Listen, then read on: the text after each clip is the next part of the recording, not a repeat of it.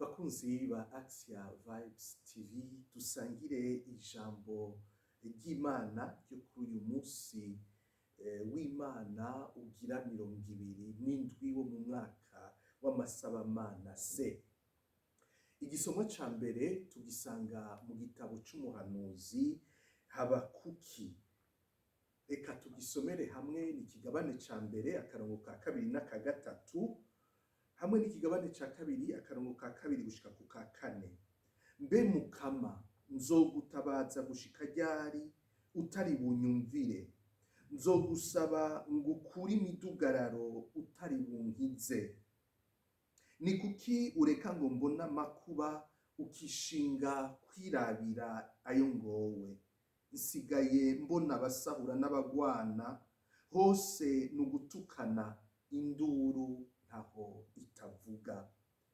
Umukama ahava anyishura ati, andika ivyo ubona ubishire ku dupapuro, babashe kubisoma neza, kandi bizoshika igihe cavyo kigeze. Nta kabuza bizoteba biranguke. Nivyateba urabirorera, bitebe bitebuke bizoza, nta gisivya. Uwufise umutima wagoramye azohagwa, nayo intungane izotungwa no kugumya ibanga. Tuzirikanire hamwe Izaburi ya 94.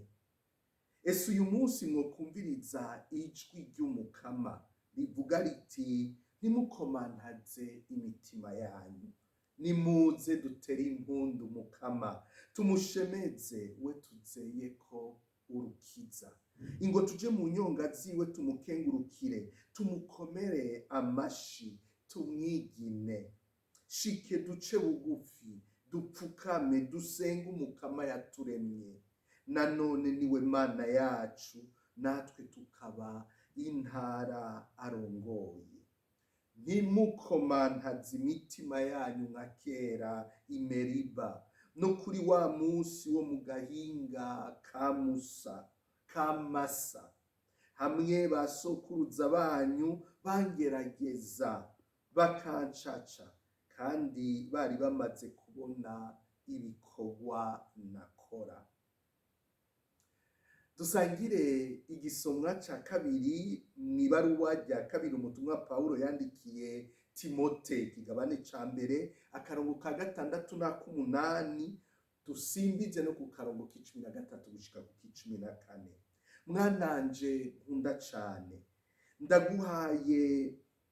ndaguhanuye ngukabure yangabirana Imana yaguhaye aho nakubikako ibiganza.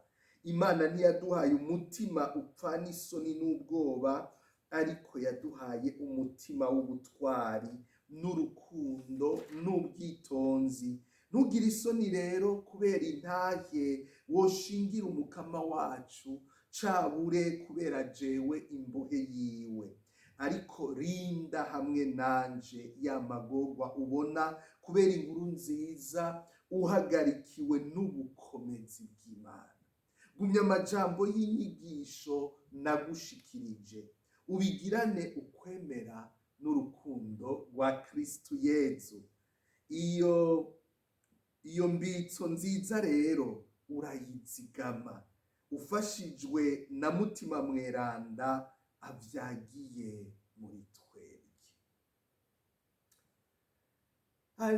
Haleluya, haleluya, haleluya. Ijambo ry'Umukama ryamaho imyaka yose, iryo niryo jambo ry'inkuru nziza mwashikirijwe. Haleluya, haleluya, haleluya. Ivyo dusoma mu Njiri Nyeranda yanditse Luka ninahazwa Mukama. Umunsi umwe abatumwa babwiye Umukama bati, twongerereze ukwemera. Umukama bishura ati, iyo muba mufise ukwemera kungana n'agatete ka sinapi, mwobwiye iki giti kinini muti irandure, uze kwitera mu kiyaga coca kibagamburukira. Muri mwebwe ninde yoba afise umusuku atuma kurima canke kuragira, yohengera avuye kurima akamubwira ati ntuze wicare ku meza? Abura kumubwira ari hati ntegurira ibyo kurya ukenyere ungaburire gushika meze gufungura no kunywa, hanyuma nawe ubone gufungura no kunywa. Mbega yokengurukira uwo musuku kuko yakoze ibyo yamutumye? Nuko namwe mumeze, nimwaheza gukora ibyo mwabwirijwe muravuga muti turabasuku b'imburakimazi.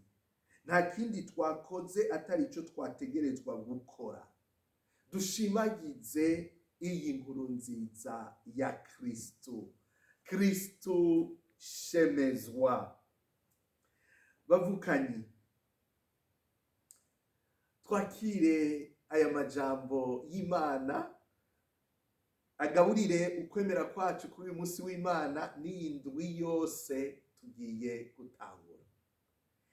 Reka ndabasangize gatoyi uku kuzirikana, bishigikire ukuzirikana kwanyu, mwebwe dusangira ibyiza bidukuza mu iteka ry'abana b'Imana hano kuri Axia Vibes TV.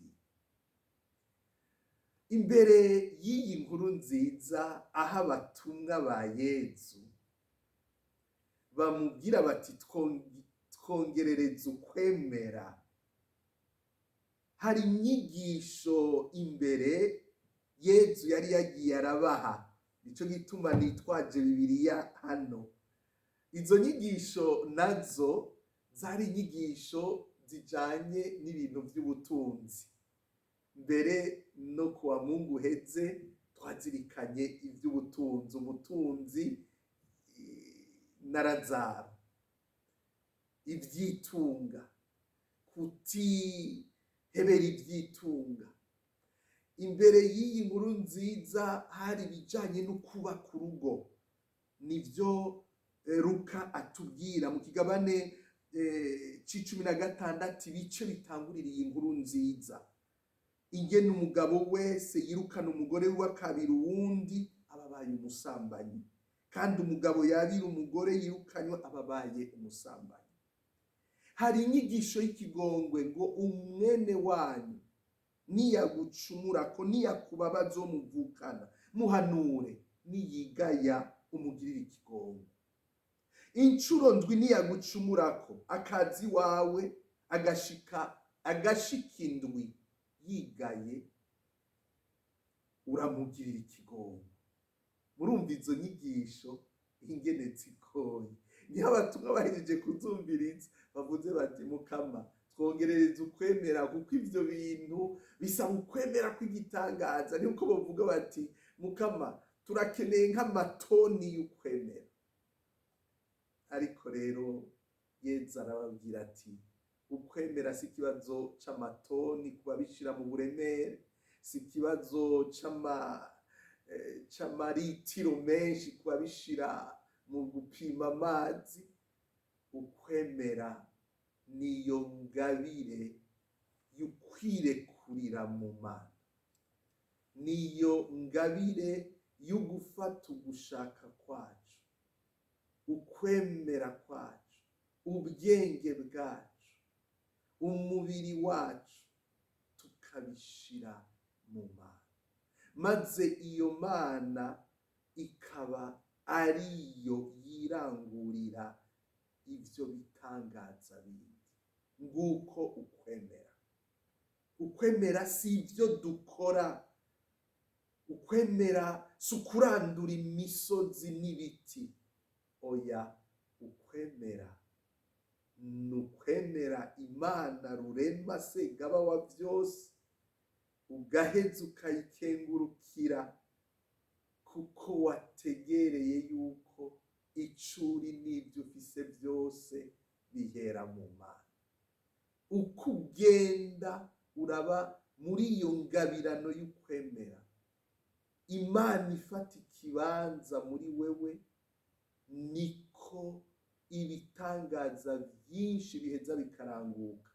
na wewe nyene ugasigara uza uratangara, bigaheza bigatuma ata n'umwe yikuririza no mu kantu na gatoyi, kuko uheza ugategera uti inguvu zanje ntizari gukora ibi bintu, ubwenge bwanje ntibwohamagaye Yezu mw'isakaramento ry'Ukarisitiya ngo aze, ubutore bwanje ntawe bworekuriye ibicumuro, ariko Imana nemera niyo iheza ikarangura ivyo vyose muri jewe. Uko kwemera rero niko kudutuma ataco twikuririzamwo na kimwe, tuba abasuku b'imburakimazi, tuba nka Bikira Mariya ngo yarihweje umusavyi wiwe muto muto, araheza amukorera ibitangaza. None mvuze gutyo kumengo hariho akabuza, mvuze nti kwirekurira mu minwe y'Imana canke kureka Imana ngo ibe muri twebwe, bisigura iki? Bisigura kugumya amajambo ekleziya itwigisha, idusomera, natwe tukisomera, ikadusigurira buri munsi. Nico Pawulo abwira Timote, gumya amajambo nakwigishije, maze ayo majambo avyare urukundo. Ubuzima bwawe Timote nk'umuntu, ubuzima bwawe nk'umuyobozi w'abakristu bushimikire muri Kristu Yezu, maze uko ufungura ayo majambo, uko uyumviriza, uko uyazirikana, aba ariko yanema waronka igihe nakubika kw'ibiganza, iyo nema iguma inagurwa, kugira ngo ntiwigere upfana isoni n'ubwoba, ariko wame uri umuntu w'ubutwari, uri umuntu wuzuye urukundo, uri umuntu wuzuye ubwitonzi, wame uri umuntu yugururiye ububasha bw'Imana, ubukomezi bw'Imana ngo burangure ibitangaza byinshi cyane.